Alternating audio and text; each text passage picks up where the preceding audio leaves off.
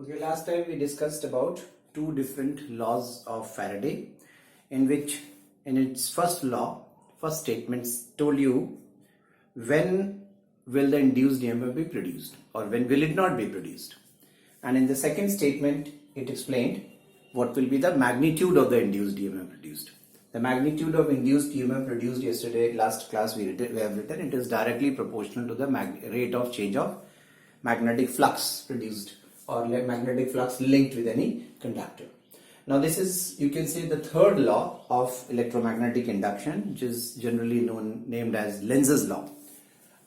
This law tells you about in which direction will the current flow. Like for example, last example we discussed was one solenoid was placed near a magnet, and the two ends of this solenoid, say maybe I named it as A and B, we connected one galvanometer like this, and maybe the north pole of the magnet was kept and it was being moved towards the coil or maybe away from the coil.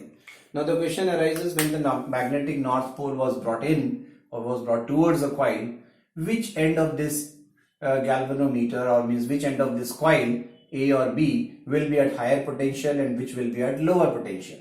And when north pole will be pulled away, as we saw, the observation said that the direction of deflection was opposite, it was in the opposite direction. That means the potential difference across A and B was reversed. So when will it happen that A will be at higher, B will be at lower potential? When will it happen B will be at higher and A will be at lower potential? Means current will, when will it happen that current will flow from A to B or will it flow from B to A? All this information will be obtained with the help of Lenz's law. Okay, means first of all, there is an induced EMF produced across A and B. Even if this galvanometer was not connected, I told you that when magnet was moved in or magnet was moved out, points A and B acquire a potential difference, and that potential difference acquired due to this change of electric flux, we called it as induced EMF.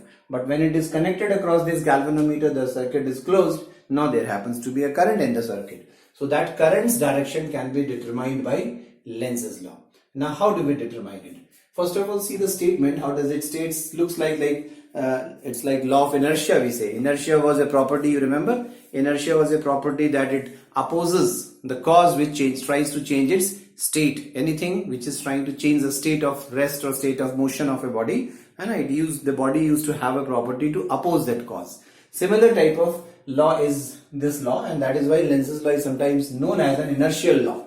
Here we have that suppose there is a conductor like a solenoid and we were bringing in a magnet due to which there was a change of flux. So that change in flux we saw was responsible for the induced EMF. Whether magnet was brought in, there was an increase in flux. When the magnet was pulled away, there was a decrease in flux. So whenever we saw in observations we have written, whenever there was a change in flux, there was an induced current. But when that magnet was brought in here and kept stationary near the coil, we saw there was no deflection. Means even though there was a flux, but there is no current in that, no induced EMF. So what was responsible? Faraday said that for the induced EMF was that there should be a change in flux. So that change in flux is a cause which is generating that induced EMF. Now Lenz's law says that whatever is that cause, increase in flux or maybe decrease in flux, whatever is that cause, induced EMF is produced in order to oppose that cause. Induced current का existence में आना या induced EMF का existence में आना इसीलिए हो रहा है कि वो जिस वजह से आ रहा है वो induced EMF या induced current, वो उस वजह को किल करना चाहता है, उस वजह को अपोज करना चाहता है कि इंड्यूस्ड ईएमएफ प्रोड्यूस ही नहीं होना चाहता. Actually you should say that like this कि इंड्यूस्ड ईएमएफ प्रोड्यूस नहीं होना चाहता, उसको प्रोड्यूस होना इसीलिए पड़ता है कि जो उसको प्रोड्यूस करने की वजह बन रहा है उस वजह को वो खत्म करना चाहता है. ठीक है, तो वो वजह खत्म हो जाता है, इंड्यूस्ड ईएमएफ ना प्रोड्यूस हो. तो the law says like that. It states that direction of induced current due to the induced EMF is in such a direction that it opposes the very cause. That cause which is generating the induced EMF, वो उसी cause को oppose करने के लिए produce होता है. तो with this statement, देखिए ये statement में कहीं as such कोई formula नहीं लिखा हुआ आपको दिखाई पड़ रहा है कि आप वो formula apply करेंगे और direction of induced current आपको मिल जाएगा. You have to use this law in a logical way, and I'll just tell you the logic, what is the logic behind it, and very soon you will be able to learn that logic, and then you will be able to find out what is the direction of induced current. So mathematically what we write is that last time we had written that magnitude, if you remember, we had marked absolute sign here. The magnitude of induced EMF, we wrote it is directly proportional to the induced rate of change of induced EMF. Now this d phi means change in flux. Change in flux. Now there can be two types of change in flux. It may be an increase in flux, it may be a decrease in flux. This negative sign says that whatever is that change, if it is an increase in flux, induced EMF tends to oppose it, means it tends to decrease that change in flux. It doesn't like to increase that flux. If it is a decrease in flux, induced EMF will make it negative, means uska wo oppose kar dega. Increase in flux means final flux is more than initial flux. Negative sign means it will try that the final flux may become less. Decrease in flux means initially flux was more, later on the flux was less. So this change in flux, negative sign will try that flux change in flux may become negative, means it will try to increase that later flux and decrease that initial flux. So like that, negative sign is indicating that induced EMF opposes that change. That change which may be increase or decrease, negative sign will try to oppose that. उसका मतलब यह है कि वो उसको change को oppose करना चाह रहा है. इंक्रीज हो रहा है तो वो उसको डिक्रीज करने की कोशिश करता है, डिक्रीज हो रहा है तो वो उसको इंक्रीज करने की कोशिश करता है. सो दैट वे वो चाहता है कि इंड्यूस्ड ईएमएफ प्रोड्यूस ना हो. तो इंड्यूस्ड ईएमएफ प्रोड्यूस होने का कारण हम कहते हैं कि जैसे हम कहते हैं ना न्यूटन्स थर्ड लॉ में हम कहते हैं action has got a reaction. तो रिएक्शन तभी होता है जब एक्शन होता है. अगर एक्शन नहीं होगा तो रिएक्शन भी नहीं होगा. तो a body is lying static and if you are standing there and you are thinking that if I push it, if you just think it that if I push it, that body will not exert any force. That body will oppose, you will exert a reaction force only when you apply a action force. जब आप उसको push करते हैं तभी वो एक तुरंत reaction create करता है, immediately produce करता है, then and there produce करता है.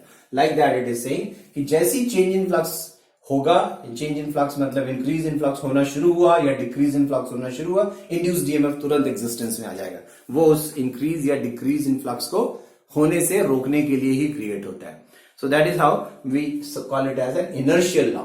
ठीक है, तो let us learn how to determine the directions of induced currents with the help of this law.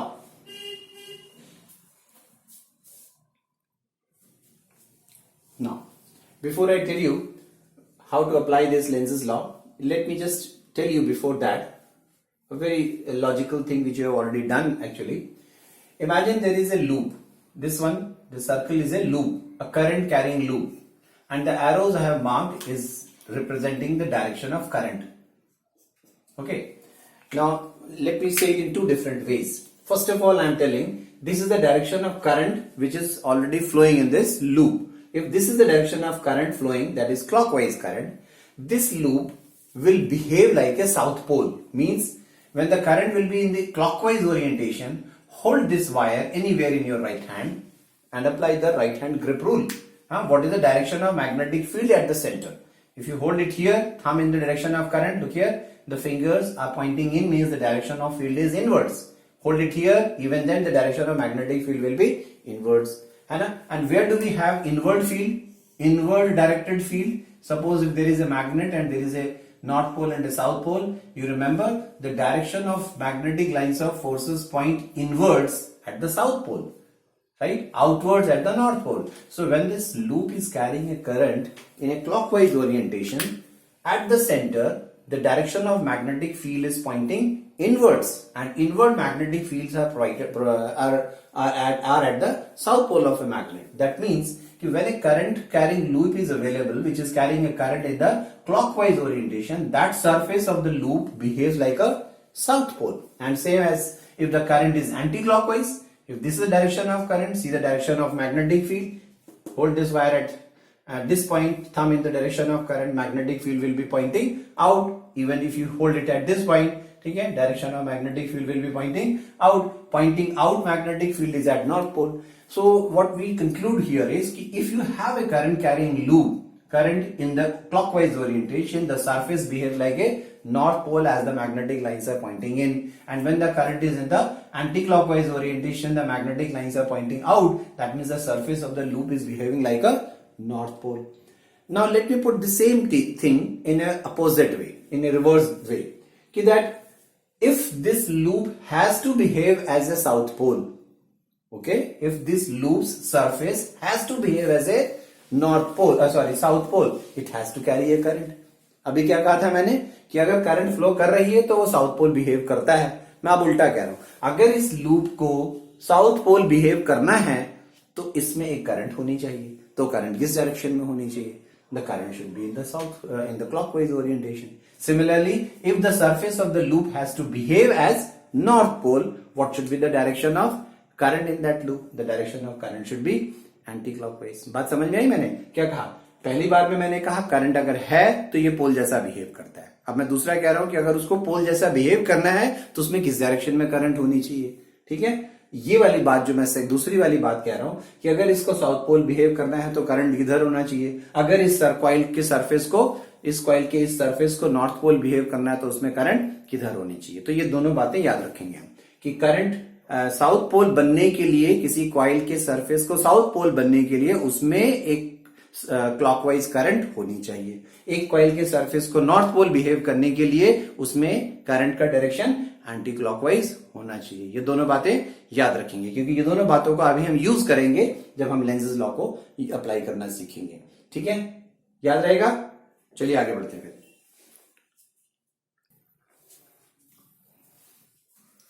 तो look, how to find the direction of induced current in any coil in a loop with the help of Lenz's law.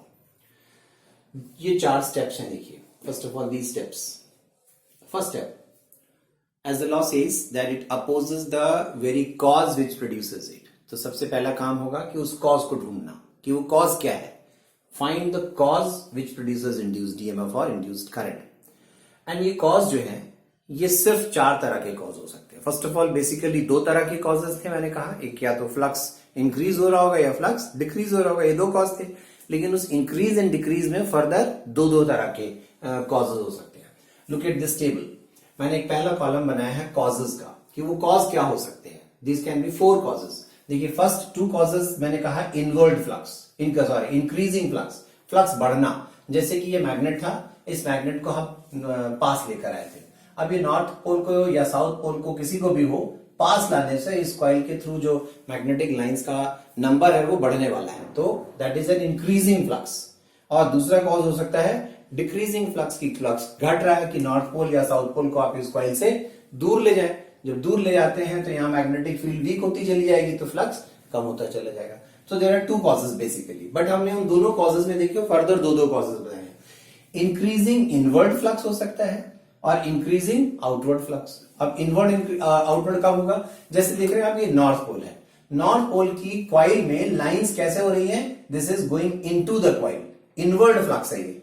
मैं magnet के lines को नहीं देख, magnet से कैसे lines बाहर आ रहे हैं उसको नहीं देखना है. मुझे देखना है कि वो कॉइल में कैसे मैग्नेटिक लाइंस मतलब उसके साथ लिंक हो रही है. तो कॉइल में आप देखें तो लाइंस क्या हो रही है इस समय? इन जा रही है. यही अगर मैंने यहां पर एक साउथ पोल रखा होता, ये साउथ पोल है, देखिए साउथ पोल की लाइंस ऐसे होती,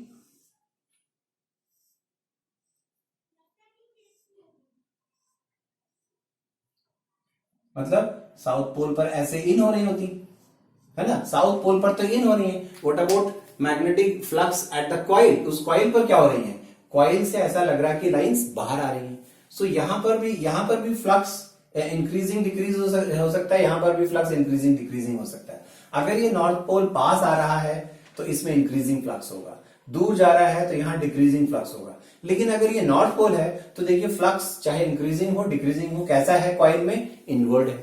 यहां क्या हो रहा है कि साउथ पोल पास आ रहा है, फ्लक्स इंक्रीजिंग होगा. साउथ पोल दूर जा रहा है, फ्लक्स डिक्रीजिंग होगा. लेकिन कॉइल में फ्लक्स कैसा है? कॉइल में से लाइंस बाहर आ रही है.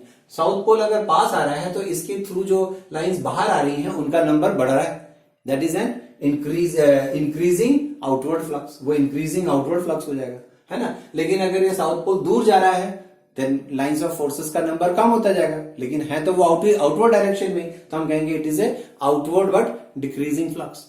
समझ में बात ये? तो there are 4 types of causes और यही 4 हो सकते हैं. सिर्फ यही 4 कॉजेज हो सकते हैं. जितने भी आपके examples to find out induced currents in by using Lenz's law हैं, उन सबको आप इन 4 कॉजेज को लेकर आंसर्स को फाइंड आउट कर सकते हैं, डायरेक्शंस ऑफ इंड्यूस करंट को फाइंड आउट कर सकते हैं। तो any doubts about this 4 different causes? ये चारों कॉजेस समझ में आ जाना चाहिए सबको। अच्छा, अब अगला स्टेप कहता है then find the effect which opposes the cause. मतलब लॉ ये कह रहा था कि that induced EMF is produce in such a direction that it opposes, मतलब वो इंड्यूस्ड ईएमएफ जो प्रोड्यूस होने वाला है तो वो उस कॉज को अपोज करने के लिए ही प्रोड्यूस होता है। तो पहले ये पता करें कि वो जो कॉज था, वो जो 4 कॉजेस थे, उनको अपोज कैसे कर सकता था वो कॉइल। वो कॉइल को करना है, उस कॉइल का काम ही होगा कि उस कॉज को अपोज करे। तो वो अपोज करने वाला इफेक्ट क्या है, कैसे वो अपोज करे, देखिए समझते हैं। अगर 4 कॉजेज हैं तो 4 अपोजिंग इफेक्ट्स भी होंगे।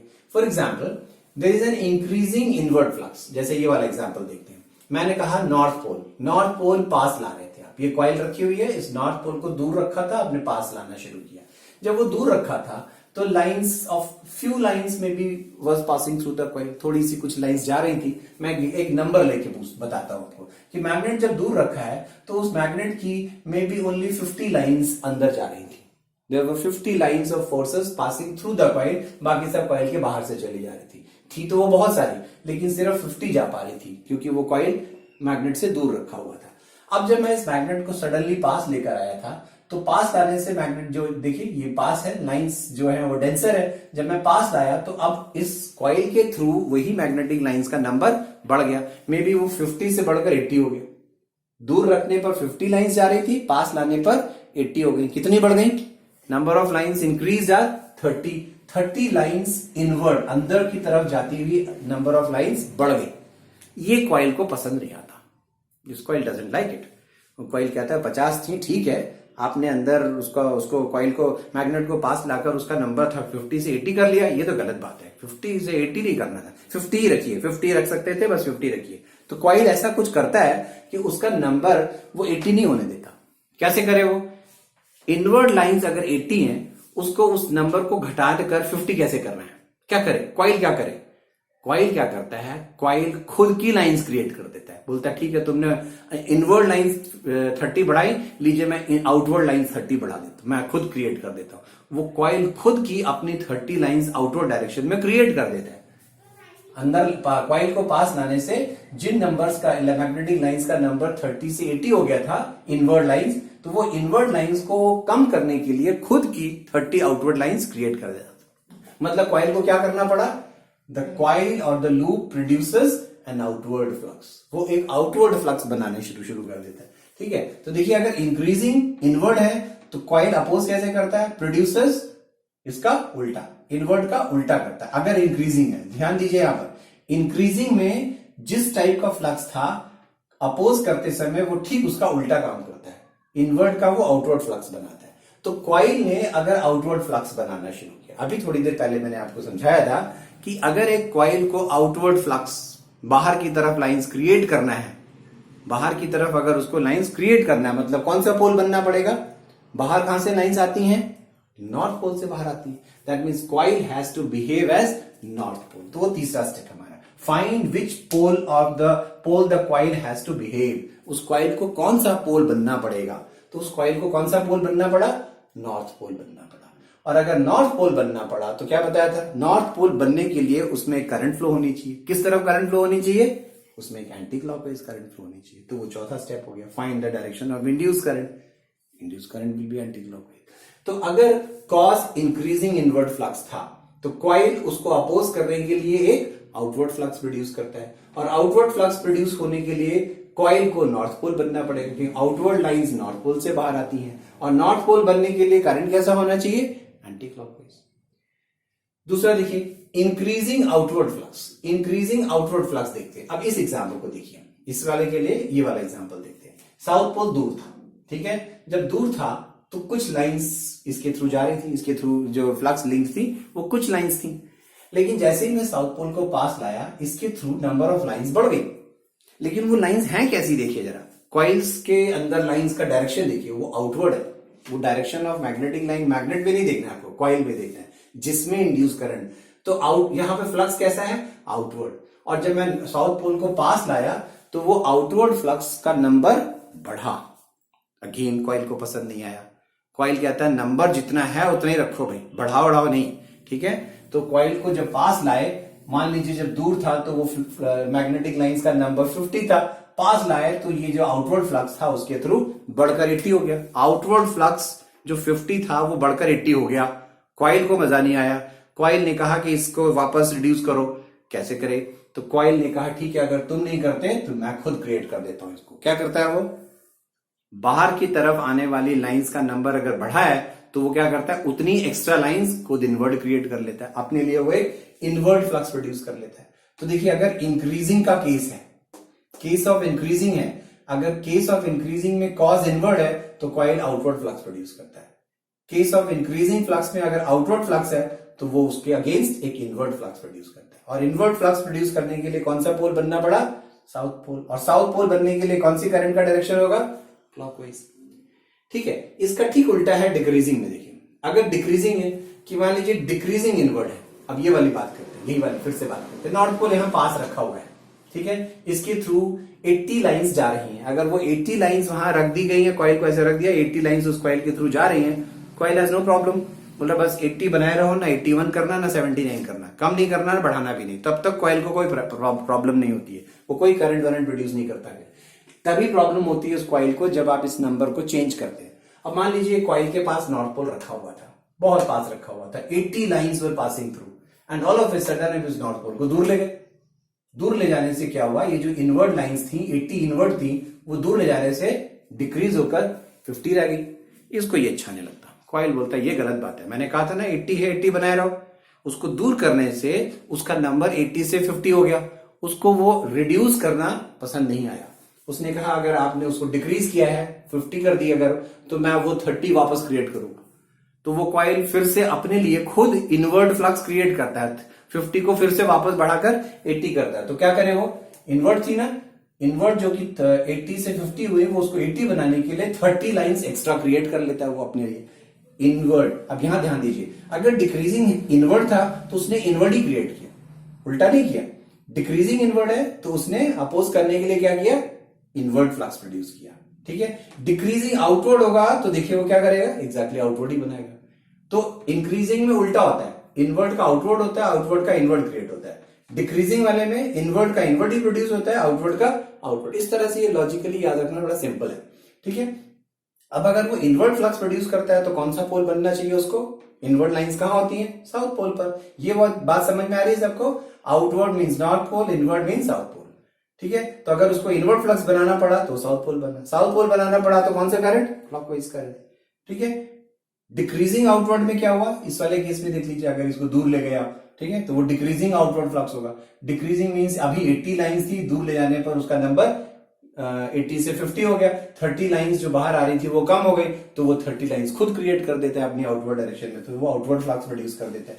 तो दैट वे वो अपोज करने के लिए आउटवर्ड फ्लक्स प्रोड्यूस करता है। तो कौन सा पोल बना? North pole. और नॉर्थ पोल बनने के लिए कौन सा डायरेक्शन ऑफ करंट होना पड़ा उसके लिए? Anti clockwise current. So like this, if you identify the causes, if you identify what is the opposing effect, it is simple to find out the direction of induced currents. ठीक है, ये step समझ में आ गए सबको? तो ठीक है, बताओ, अदरवाइज हम कोई डाउट्स है तो डिस्कस दोबारा कर सकते हैं, और otherwise let us discuss some examples and let us apply. मैं अभी इस टेबल को रब ऑफ नहीं करूंगा, आपके सामने कुछ एग्जांपल्स रखूंगा, आप अभी फॉर टाइम बिंग इस टेबल की हेल्प लेकर भी आप बता सकते हैं। फिर मैं कुछ एग्जांपल्स डिस्कस करूंगा जिसमें ये टेबल मैं हटा दूंगा, फिर हम उसके एग्जांपल्स फिर और डिस्कस करेंगे। ठीक है, so this is a example to find out. So in this example, I have shown a coil. Can you see the coil? You are able to see one of the phase. Which phase you are able to see? As you can see that you are, I think, able to see the right face of this coil, and the left face is not visible, right? And the coil is connected to a circuit I have shown, and that circuit is containing one galvanometer G. Now the two ends of the coils are A and B. Suppose coils are ending at A and B. Had it been कि ये circuit नहीं connect किया जाए तो ये A and B open terminals होंगे, तो even then when मैं मैग्नेट को मूव इन और मूव आउट करूंगा तो इन दोनों टर्मिनल्स के अक्रॉस एक इंड्यूस्ड ईएमएफ डेवलप होगा, है ना। So that is also one of our task to know कि इन दोनों में से कौन सा पॉइंट ए और बी, जब सर्किट मान लीजिए नहीं जुड़ा हुआ, गैल्वेनोमीटर नहीं कनेक्टेड है इसके अक्रॉस, ए और B are simply two terminals hanging, I would like to know कि इन दोनों में से कौन सा टर्मिनल हायर पोटेंशियल हो जाता है और कौन सा लोअर, मतलब कौन सा पॉजिटिव बिहेव करता है, कौन सा नेगेटिव बिहेव करता है, ये भी हमें फाइंड आउट करना सीखना है। तो एक एग्जाम्पल ये है कि suppose in front of this coil there is a north pole line somewhere far away, थोड़ा सा दूर है ये नॉर्थ पोल उससे, and we are bringing in the north pole, हम उस कॉइल की एक्सिस के अलोंग उस नॉर्थ पोल को लाते हुए उस कॉइल के पास अप्रोच कर रहे हैं। Okay, the north pole is approaching, what will be the direction of induced current in this loop, or what will be the induced EMF such that which of these two terminals A or B will be behaving as a positive or negative terminal, है ना। जैसे एक cell होता है, एक cell के आप कहते हैं ना दो टर्मिनल्स हैं, एक हायर पोटेंशियल एक लोअर पोटेंशियल टर्मिनल होता है, एक पॉजिटिव और एक नेगेटिव टर्मिनल। तो इसमें से कौन सा टर्मिनल हम कहने वाले हैं पॉजिटिव है और कौन सा टर्मिनल नेगेटिव टर्मिनल है।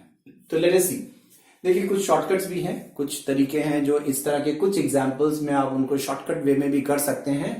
We will discuss that shortcut method also, but learn remember that shortcut methods can not be all the time applied and you have to apply, you have to learn this elaborate method. ये 4 steps का method है, but I don't find कि ये कोई बहुत extensive method है।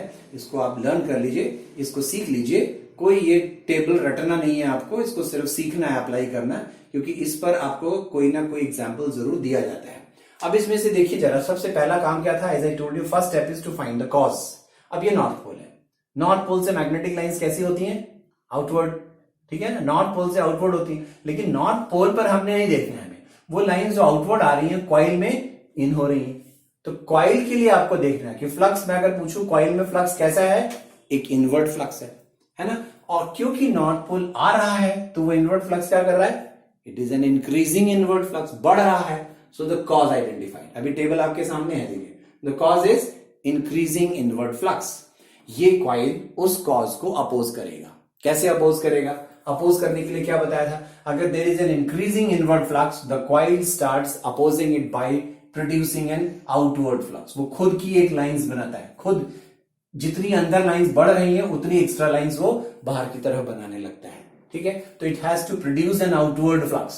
Outward flux बनाने के लिए the surface of the loop has to behave like a north pole, and if it has to behave like a north pole, ये नॉर्थ पोल behave करता है, अगर ये नॉर्थ पोल बिहेव करता है तो direction of current in the coil should be, coil में direction of current कैसा होगा, या अगर कनेक्टेड नहीं है तो टेंडेंसी होगी करंट की ऐसे फ्लो करने की, ठीक है।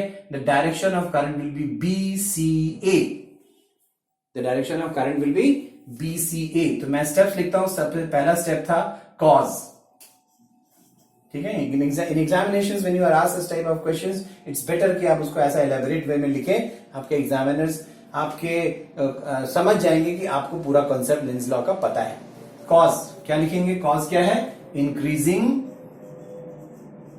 इनवर्ड फ्लक्स, ठीक है।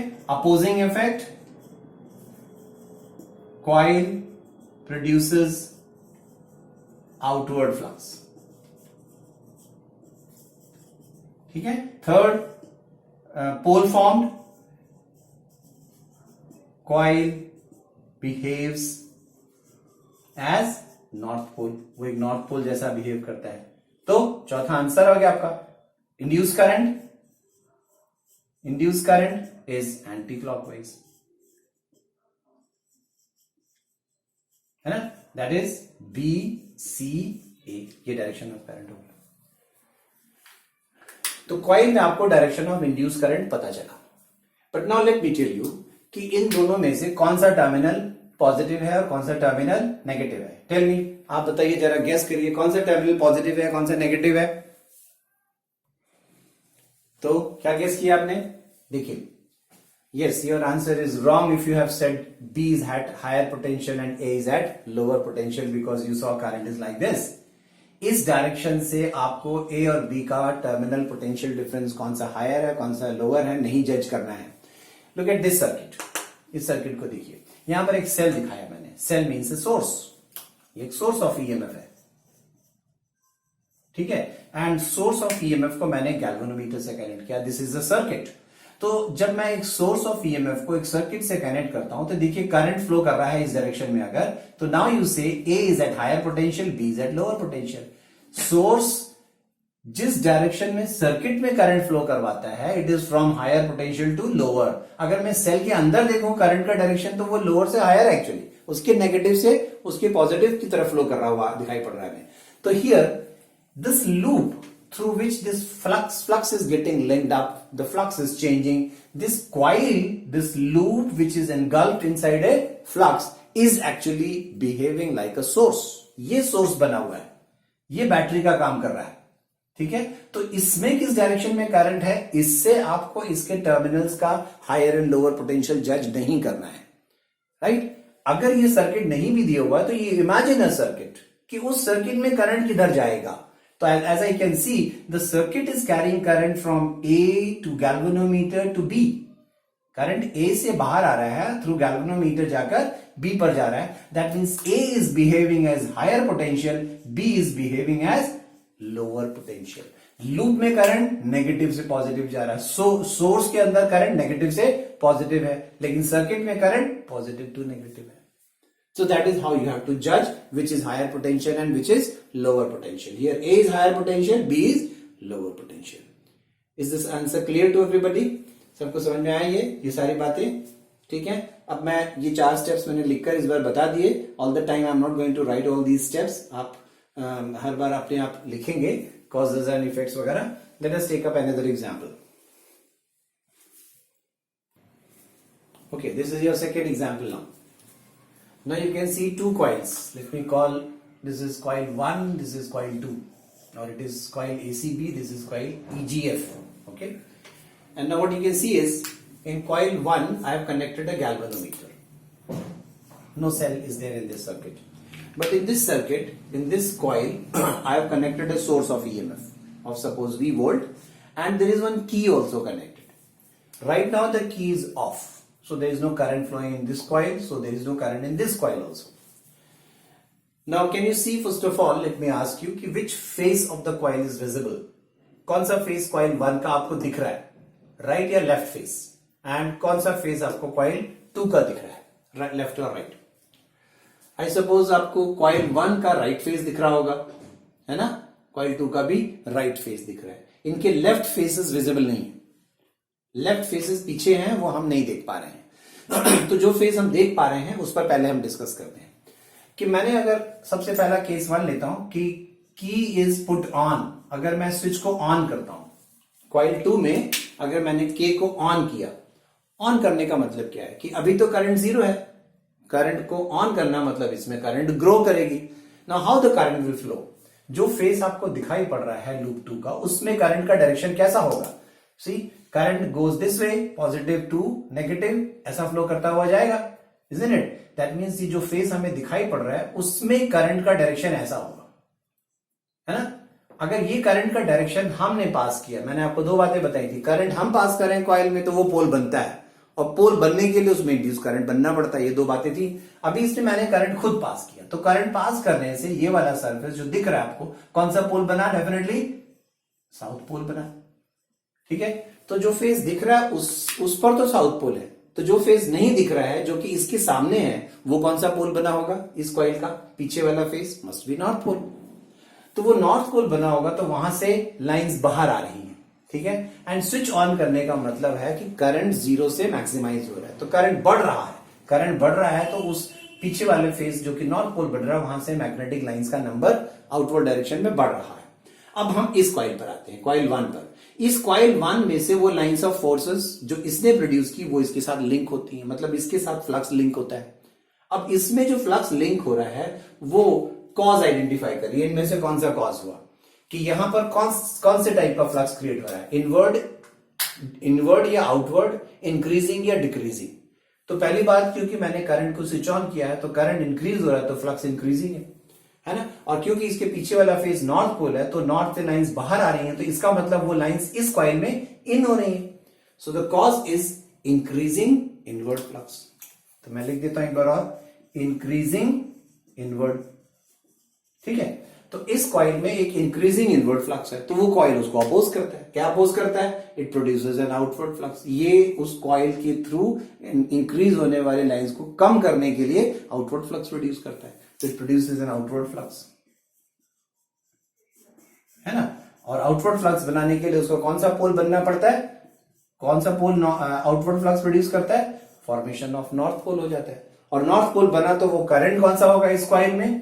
Current will B anti clockwise. तो एंटी क्लॉकवाइज करंट, इसमें जो फेज दिखाई पड़ रहा है उस पर मार्क कर दीजिए। एंटी क्लॉकवाइज किधर हुआ? Like this. That means the current will flow from B to C to A. B C A current का डायरेक्शन ये होगा। तो विच टर्मिनल ए और B will be acting as a positive और negative terminal? A behaves as positive, B behaves as negative terminal. Is that okay? ये तो बात हुई जब मैंने स्विच ऑन किया। अब देखिए दूसरी बात करता हूं। अब स्विच ऑन किया और ऑन ही रहने दिया। If the key is kept on, what will be the direction of current in this coil? Now in this case, when the current is kept on, you'll see that there is a current flowing in this coil too. उसमें तो current flow कर रहा है।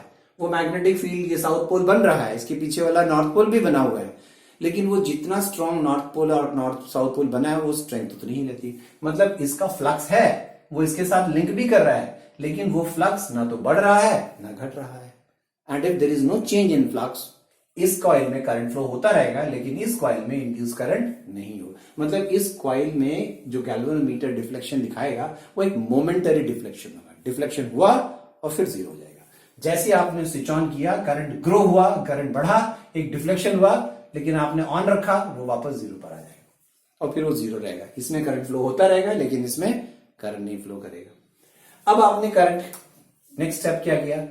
Switch is put off. अचानक आपने उस की को ऑफ कर दिया। ऑफ कर दे क्या हुआ? जो करंट अभी ऐसा फ्लो कर रहा था वो अभी भी इसी तरह फ्लो कर रहा है, लेकिन वो करंट अब सडनली ड्रॉप हो रहा है। मतलब डायरेक्शन ऑफ करंट रिवर्स नहीं हुआ, direction of current is still the same, but that current started to decrease. मतलब ये अभी भी साउथ पोल बना हुआ है, पीछे वाला फेज नॉर्थ पोल है, लेकिन वो पोल अब वीक होता जा रहा है और सडनली एक स्टेज आएगी जब वो पोल जीरो स्ट्रेंथ का हो जाएगा। मतलब इसमें मैग्नेटिज्म खत्म हो जाएगा। तो ये साउथ बना हुआ, पीछे वाला नॉर्थ, तो वो इस सरफेस को कौन सा पोल बनाता है? देखिए इस बार पीछे वाला जो सरफेस है, इसके पीछे वाला सरफेस नॉर्थ पोल है, लेकिन वो नॉर्थ पोल जो इसमें एक इनवर्ट फ्लक्स प्रोड्यूस कर रहा था, वो इनवर्ट इस बार की को ऑफ करने से कौन सा हो गया? इट इज इनवर्ट, बट इस बार वो डिक्रीजिंग इनवर्ट।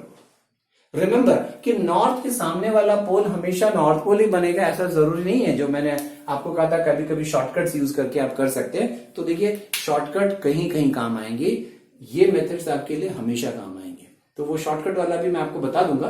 तो इसके सामने, इसके पीछे वाला फेज जो नॉर्थ पोल बना हुआ था, ये अब सामने वाला फेज नॉर्थ नहीं बना, अब वो साउथ बना, क्योंकि वो नॉर्थ डिमिनिश हो रहा है, खत्म हो रहा है। तो ये जो कॉइल है उसको उसका डिक्रीज होना भी पसंद नहीं है, उसके नॉर्थ पोल को वो डिक्रीज नहीं होने देना चाहता। ये खुद क्या बन जाता है? साउथ पोल बनता है, कि उस नॉर्थ पोल को अपने पास खींच के पास ले आए कि उसको नॉर्थ पोल बना के रखे। तो it behaves like a south pole. और अगर ये साउथ पोल बिहेव करता है तो करंट विल बी क्लॉकवाइज। इस बार current A C B flow करता है, सर्किट में करंट ऐसा जाएगा, now B will act as positive, A will act as negative. ठीक है, तो देखिए जो आपको मैंने अभी थोड़ी देर पहले कहा कुछ शॉर्टकट्स होते हैं, वो शॉर्टकट्स भी मैं आपको कुछ जगह जहां अप्लाई हो सकती है मैं बता देता हूं, जो आप डायरेक्टली कर लेते हैं। कभी कभी सिचुएशंस आती हैं कि इसके पहले वाला जो केस मैंने आपको बताया था कि ये कॉइल थी, इसके साथ एक गैल्वेनोमीटर लगाया हुआ था हमने, इस कॉइल के सामने मैंने एक नॉर्थ पोल ऐसा पास लाना शुरू किया था। तो एक शॉर्टकट मेथड ये इस केस में ऐसा हो सकता है कि जब नॉर्थ पास आ रहा है तो कॉइल को नॉर्थ पोल का पास आना कॉज हो गया, as if north pole is approaching is the cause. तो नॉर्थ पोल को अपने पास आने से रोके कैसे, अपोज कैसे करे? By behaving like a north pole. North pole can repel the north pole, so it will oppose the approaching north pole. Approaching north pole is opposed by repelling it. Repel करेगा कब? वो जब वो north pole बनेगा। तो north पोल बनने के लिए इसमें डायरेक्शन ऑफ करंट कैसा हुआ? Anti clockwise current. So this can be a shortcut method in some cases. Some places you can use this direct method to find out the directions of induced current. But where you are not able to use this type of method, you have to see what is the cause, what is the opposing effect, and then find out the direction of induced current.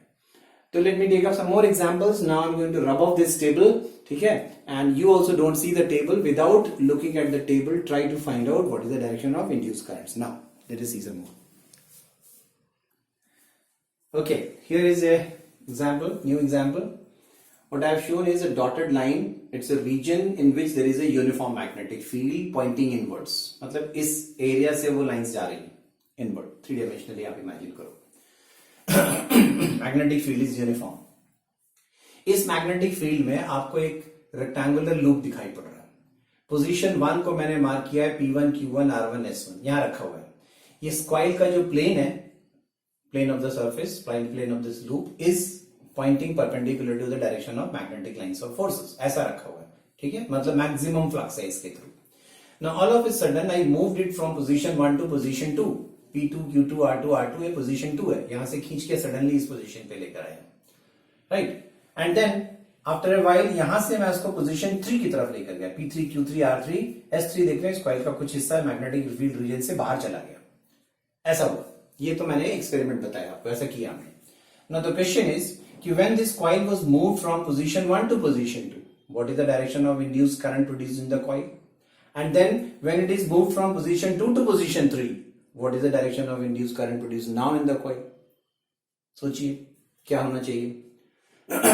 So let us discuss first case. When it is moved from position 1 to position 2, as you can see it is a uniform magnetic field. Field is not changing. This loop is having a fixed area, I am saying, है ना? It's a rectangular loop, उसका एक area fixed है. इसका जो orientation है हमने कहा वो field के perpendicular है. So when I move it from P1, Q1 first position to second position, whether it is kept over here or kept over here, the number of lines of forces passing through the coil remains the same. Flux is neither increasing nor decreasing because nothing is changing. Field is not changing, area is not changing, the orientation of the loop is not changing, as a result of which the flux may change. So nothing is changing in moving from position 1 to position 2, and law says, Faraday's law says that if there is no change of flux, no induced EMF will be produced, right? So here there is no change of flux. So वो जो 4 causes हमने mention किए थे, out of those 4 causes, nothing is applicable, no change of flux, so there is no induced EMF. तो ये तो first column से second position की तरफ की बात हुई. लेट अस सी सेकंड पोजीशन से थर्ड पोजीशन की तरफ जाते वक्त जब मैं इस कॉइल को इस फील्ड से बाहर ले जा रहा हूं तो एक सर्टेन रीजन इस कॉइल का दिखाई पड़ रहा है जिसमें फ्लक्स ही नहीं है. That means now flux is only through that small region which is still inside. So while we are moving it from second to third position, what is happening? Cause क्या होगा इसमें? कॉज क्या है? Here the flux is large, the flux is less. अब यहां पे flux कैसा है? क्योंकि मैंने लाइंस इन दिखाई हैं, so it is an inward flux. So the cause क्या हो गया? Inward and decreasing flux, decreasing inward flux. तो क्या बताया था? अगर डिक्रीजिंग है तो जैसा वो है फ्लक्स इनवर्ड या आउटवर्ड एग्जैक्टली अपोज करने के लिए वो वैसा ही क्रिएट करता है. तो since it is decreasing inward तो अपोज करने के लिए वो एक इनवर्ड फ्लक्स बनाता है. जितनी लाइंस कम हो रही हैं उतनी ही लाइंस वो खुद क्रिएट करने की कोशिश करता है. तो ये एक इनवर्ड फ्लक्स बनाता है. तो so as to create an inward flux, this coil has to behave like a south pole. It behaves like a south pole, right? South pole. ठीक है? साउथ पोल का ओरिएंटेशन मार्क करके देखिए, the direction of current will B this way. And ये current का direction क्या है? It is an anti clockwise current. So the current flows in the orientation P3, Q3, R3, S3 like this. This is the direction of induced current in the loop. ठीक है? एक और example देखिए, देखते हैं. Look at this example, interesting example. This time I have shown a magnetic field. Look, I have shown some dots pointing on the board that shows the magnetic fields are pointing out. Okay, so there is a uniform magnetic field pointing out, and in this uniform magnetic field, I have shown one coil, one loop, and you can see it is an irregular shaped loop. इस पे मैंने points P, Q, R और S भी mark कर रखे हैं. ये एक वायर का एक लूप है, बट वो irregularly shaped है, जैसे shrunken type of एक लूप है. Now all of a sudden what was done is कि इस लूप को ऐसे स्ट्रेच कर दिया गया. सडनली इसका स्ट्रेच करके एक सर्कुलर शेप बना दिया गया. P, Q, R, S ऐसा एक सर्कुलर शेप में उसको स्ट्रेच कर दिया अचानक, ऑल ऑफ ए सडन. ठीक है? तो इस कॉइल को जब मैं स्ट्रेच करके शेप में लाया, लूप सर्कुलर शेप में लाया, तो you have to tell me what is the direction of induced current in this loop, किस डायरेक्शन में इंड्यूस करंट है. तो tell me first of all what is the cause, क्या कॉज होना चाहिए. Yes, what is the cause. Okay, the cause is since the area has increased, area बढ़ा, magnetic lines outward है, area बढ़ना मतलब although field नहीं बदल रहा, मैग्नेटिक फील्ड नहीं बदल रहा. और देखिए यहाँ शॉर्टकट मेथड काम नहीं करेगा, कोई north pole south pole approach भी नहीं कर रहा. आप कैसे पता करेंगे कि इस कॉइल का फेस नॉर्थ पोल बनेगा कि साउथ पोल बनेगा. इसके लिए आपको ये जो मेथड्स आपने सीखे यही अप्लाई करना पड़ेगा. So everywhere you can not apply that shortcut method, right. Now an increase in area means an increase in flux. Area बढ़ने से फ्लक्स बढ़ा, क्योंकि फ्लक्स आउटवर्ड है. So the cause is there is an increasing outward flux. ठीक है, cause क्या लिखेंगे हम, cause is increasing outward flux. और अगर मैंने आपसे बताया देखिए इंक्रीजिंग है तो जिस टाइप का फ्लक्स है अपोजिंग इफेक्ट उसका उल्टा होता है. अगर इंक्रीजिंग के साथ आउटवर्ड फ्लक्स था तो opposing effect will be the coil will produce a inward flux. वो उसका उल्टा करता है. डिक्रीजिंग में वही करता है, जैसा भी फ्लक्स था वही करता है. फिर वो डिक्रीजिंग आउटवर्ड होता है तो आउटवर्ड बनाता है, डिक्रीजिंग इनवर्ड होता है तो इनवर्ड बनाता है वो. लेकिन इंक्रीजिंग के साथ उल्टा करता है वो. अगर इंक्रीजिंग आउटवर्ड है तो वो कॉइल एक इनवर्ड फ्लक्स बनाता है. अब अगर इनवर्ड फ्लक्स बनाया है तो कौन सा पोल बना, which pole is formed, inward flux. Inward lines कहां होती हैं, it must behave like a south pole. और अगर साउथ पोल बना है तो करंट का डायरेक्शन कैसा हुआ, current will be, induce current will be, south pole के लिए करंट कैसी होती है, क्लॉकवाइज करंट. मतलब current will be clockwise. South pole बनेगा तो करंट विल बी PQRS ऐसे ओरिएंटेशन में फ्लो करेगा. Is this clear to everybody? Let us see one more. Okay, last example, but with different cases I'll tell you. This is an important example because it has been asked a number of times in your exams also. Okay, here they have shown a wire which is carrying a current, even it is extending beyond this points also. And just above this wire, in the same plane, the wire and this loop are in the same plane. This loop is placed just above it. Okay, इसके ऊपर रखा हुआ है. Now, एक example ये है इसमें. Suppose this current is increasing. This current is flowing in this direction and it is increasing. What is the direction of induced current in this loop? Current के डायरेक्शन को हम देख रहे हैं. करंट इस डायरेक्शन में है और वो करंट धीरे धीरे बढ़ रही है. अभी 0 थी, फिर 1 एम्पियर हो गई, 2 एम्पियर, 3 एम्पियर, 4 एम्पियर, ऐसे करंट बढ़ रही है, तेजी से बढ़ रही है करंट. इस लूप में क्या आपको इंड्यूस करंट प्रोड्यूस होगा तो किस डायरेक्शन में होगा. How to apply this. यहां पर आपको देखिए वो बायो सावर्ट लॉ वगैरह भी यूज करना पड़ेगा. हाँ, अगर मैग्नेटिक करंट का डायरेक्शन ये है तो पहले तो ये आइडेंटिफाई करिए कि यहां जहां ये कॉइल रखा हुआ है, मान लीजिए मैं इसका सेंटर पॉइंट मार्क करूं, यहां पर फील्ड का डायरेक्शन है किधर. What is the direction of field. Hold this wire in your right hand, वही जैसे आपने बायो सावर्ट लॉ में पढ़ा था. Magnetic field is pointing out. Point O पर मैग्नेटिक फील्ड का डायरेक्शन किधर है, आउटवर्ड डायरेक्शन है. तो पहली बात तो फ्लक्स कैसा हो गया, आउटवर्ड है. एक बात हमें पता चली, कॉज में एक चीज पता चल गई कि फ्लक्स इज आउटवर्ड. अच्छा, करंट बढ़ रहा है, मैंने कहा करंट बढ़ रहा है तो मैग्नेटिक फील्ड भी बढ़ रही होगी. अगर मैग्नेटिक फील्ड बढ़ रही है तो the cause becomes now N increasing outward. Cause क्या बन गया, कॉज बन गया इंक्रीजिंग आउटवर्ड. ठीक है, क्लियर हुई बात. करंट के बढ़ने से इंक्रीजिंग, करंट डिक्रीज हो रहा होता, करंट यही है लेकिन करंट डिक्रीज हो रहा था, आउटवर्ड तो होता लेकिन फिर वो डिक्रीजिंग आउटवर्ड हो जाता. अच्छा, अभी ये अगर कॉज है, दिस इज द कॉज, तो what is the opposing effect produced. Increasing है, आउटवर्ड है, तो it produces A inward flux. उल्टा करता है ना, पता है ना. इंक्रीजिंग में जो कुछ भी होता है फ्लक्स वो इसका अपोजिट हो जाता है, इनवर्ड फ्लक्स. तो ये अगर इनवर्ड फ्लक्स प्रोड्यूस करेगा, कॉइल अगर एक खुद की एक इनवर्ड फ्लक्स प्रोड्यूस करेगा तो ये कौन सा पोल बिहेव करेगा, पोल फॉर्म्ड. कौन सा बना pole, south pole is formed.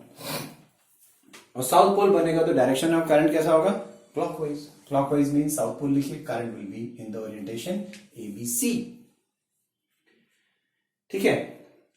एक केस ऐसा भी हो सकता है, मान लीजिए एक सिचुएशन ये भी दी है कि current is constant. Now next case में बताता हूं मैं. करंट इज कांस्टेंट है, करंट ना बढ़ रही है ना घट रही है. ओके, लेकिन ये कॉइल, ये जो कॉइल थी इसके ऊपर रखी हुई थी, it is suddenly being moved away. इसको मैं दूर ले जा रहा हूं. Current is constant and the coil is pulled away. Now what is the direction of induced current. तो करंट कांस्टेंट है, मैग्नेटिक फील्ड वही आउटवर्ड है.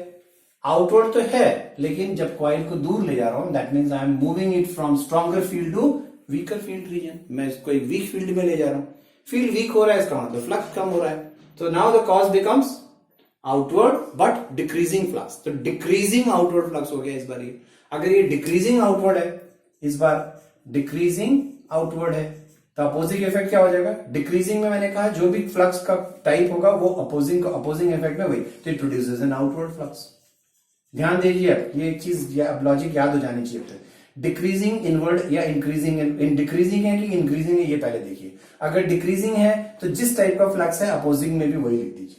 अगर इंक्रीजिंग है तो इंक्रीजिंग में जिस टाइप का फ्लक्स है उसका उल्टा कर दीजिए। क्लियर हो गया? तो ये एक आउटवर्ड फ्लक्स बनाता है। तो आउटवर्ड फ्लक्स बना रहा है तो अपोजिंग मतलब कौन सा पोल फॉर्म हुआ? It will be a north pole. और नॉर्थ पोल है तो करंट का डायरेक्शन कैसा होगा? इंड्यूस करंट का डायरेक्शन क्या होगा? Induce current will B anti clockwise current. ठीक है, इज दैट एनफ कि और कोई एग्जांपल डिस्कस करना है? चलिए आपके लिए एक और एग्जांपल कर देते हैं, one more example. This is the last example. This is also an example which is asked in your board examination. Now last example, look at this. This is a very good example. आपके board examination में ये भी पूछा गया है। ये एक loop दिख रहा है आपको, बट इस लूप में एक कैपेसिटर लगा हुआ है। कैपेसिटर ए बी आपको दिखाई पड़ रहा है। अच्छा, आपको इस लूप का कौन सा फेस दिखाई पड़ रहा है? एज आई कैन सी, मुझे तो दिख रहा है इसका लेफ्ट फेस, राइट फेस मुझे नहीं दिखाई पड़ रहा है। ठीक है, सबको ऐसा दिख रहा है। और इसमें एक मैग्नेट दिखाई पड़ रहा है जो इस कॉइल के सामने रखा हुआ है। किस फेस के सामने रखा हुआ दिख रहा है हमें? I think it is kept in front of the right face. Left face तो मुझे दिखाई पड़ रहा है, लेकिन उसके राइट फेस के सामने, जो मुझे नहीं दिख रहा राइट फेस, उसके सामने नॉर्थ पोल रखा हुआ है। And suddenly this north pole is being brought towards that right face of the coil. Now you have to tell me कि when this magnet is brought near this coil, capacitor is getting charged. Will it get charged or not? If it is charged, which of the plate will get positively charged and which of the plate will get negatively charged? This is what you have to tell me. क्या हो सकता है? सोचिए इसका answer. See what happens कि when I bring this north pole near this coil, तो जो right face की बात करें अगर हम राइट फ्रंट फेस की तरफ, तो ये मैग्नेटिक लाइंस नॉर्थ पोल से बाहर आ रही हैं, तो उसके राइट फेस पर वो इन हो रही है। अगर मैं शॉर्टकट मेथड वाला यूज कर दूं तो नॉर्थ पोल अप्रोच कर रहा है, तो जो राइट वाला फेस है it should be behaving like a north pole. ठीक है, वो आप अपोजिंग वाला मेथड भी लगाकर देखेंगे तो हमें मिलेगा कि जो राइट फेस है it will behave like a north pole. तो जो फेस दिख रहा है मुझे, वो कौन सा पोल बिहेव करेगा? It will behave like a south pole. वो एक साउथ पोल बनेगा। ठीक है, अगर ये साउथ पोल बन रहा है, जो लेफ्ट फेस मुझे दिखाई पड़ रहा है, सबको समझ में आया ये साउथ पोल बनेगा कैसे? ठीक है, अब अगर ये साउथ पोल बनेगा तो डायरेक्शन ऑफ करंट कैसा होगा? Direction of current will be from B to A. Direction of current is from B to A. तो कौन सा प्लेट पॉजिटिव हो रहा है, कौन सा नेगेटिव हो रहा है? हाँ, यस बोलिए, कौन सा प्लेट पॉजिटिव हो रहा है, कौन सा negative? A is getting positively charged and B is getting negatively charge. ऐसा क्यों भाई? हाँ, उल्टा तो नहीं सोच रहे थे कि करंट पॉजिटिव से नेगेटिव फ्लो करता है? See, current positive to negative cell से फ्लो करता है, नॉट फ्रॉम ए कैपेसिटर। यहां कैपेसिटर चार्ज हो रहा है, ये डायरेक्शन ऑफ करंट है, induced current. And what is current? Current is the flow of positive charge. That means इस डायरेक्शन में पॉजिटिव चार्ज जा रहा है, वो जाकर कहां इकट्ठा हो रहा है? ए पर जा रहा है। पॉजिटिव चार्ज बी से निकलकर ए पर जा रहा है, तो बी से अगर पॉजिटिव चार्ज निकल रहा है तो बी कैसा हो रहा है? B is getting negatively charge. ठीक है, तो you should not get confuse कि डायरेक्शन ऑफ करंट ऐसा है तो आपने तुरंत सेल को इमेजिन किया कि सेल में करंट पॉजिटिव से नेगेटिव फ्लो करता है, और आपने बी को सब कुछ तो ठीक कर लिया, डायरेक्शन ऑफ मतलब कॉज पता सही कर लिया, अपोजिंग इफेक्ट भी सही कर लिया, डायरेक्शन ऑफ इंड्यूस करंट भी सब पता कर लिया, सब ठीक पता कर लिया, प्लेट पर चार्ज उल्टा बता दिया। हाँ, लास्ट में वो यूज करके कि सेल में करंट पॉजिटिव। ध्यान दीजिए, current flows from, current is a flow of positive charge. ये सेल नहीं है, कैपेसिटर है ये। तो cell current is a flow of positive charge, मतलब इस सर्किट में पॉजिटिव चार्ज ऐसा फ्लो कर रहा है, तो पॉजिटिव चार्ज फ्लो करके ए पर जा रहा है। अगर ए पर पॉजिटिव चार्ज जा रहा है तो वो बी से आ रहा है, तो बी से पॉजिटिव चार्ज निकलना मतलब B is getting negatively charge. तो B gets negatively charge, A gets positively charge. Okay, so this is the last example we discussed. एक क्वेश्चन है जो बड़ा फ्रीक्वेंटली एग्जाम में कभी कभी मतलब पूछ लिया जाता है कि prove that Lenz's law is in accordance with the law of conservation of energy. मतलब it is not violating the law of conservation of energy, rather it is supporting the law of conservation of energy. तो आप इसको explain करने के लिए कोई भी एक एग्जांपल लेके एक्सप्लेन कर सकते हैं. जैसे मैंने सबसे पहला एग्जांपल लिया था, one of the simplest example. I am not dictating the answer, I am just telling you the answer and you yourself do this example. क्या आंसर खुद लिखेंगे, देखिए.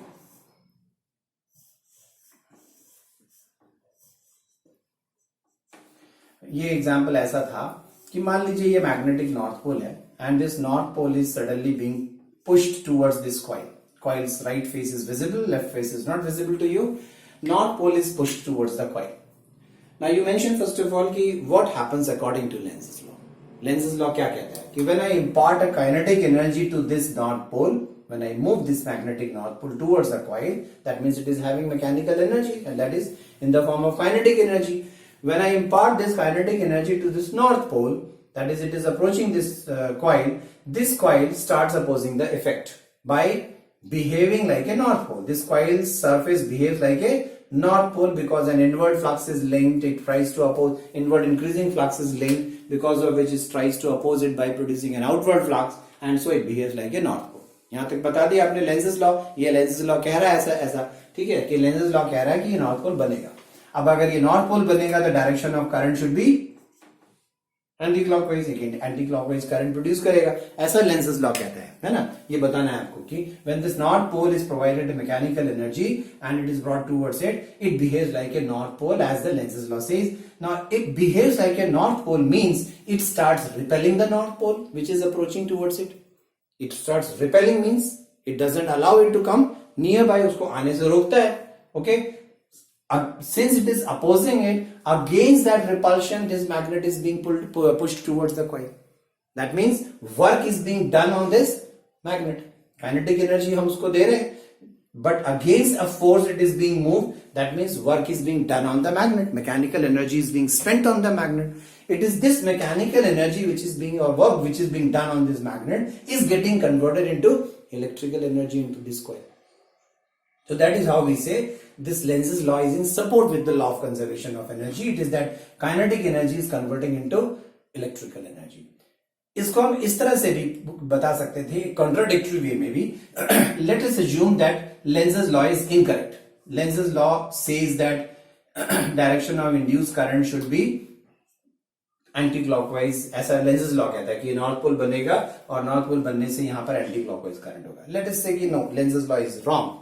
लेट अस से कि नॉर्थ पोल आने से ये साउथ पोल बनता है. अगेंस्ट द लेंज़'s लॉ की बात करते हैं.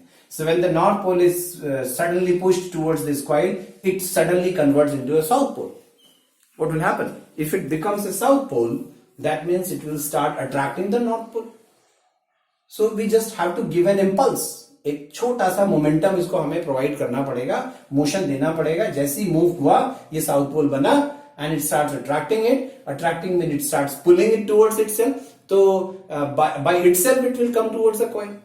Okay, means current will be produced out of nothing.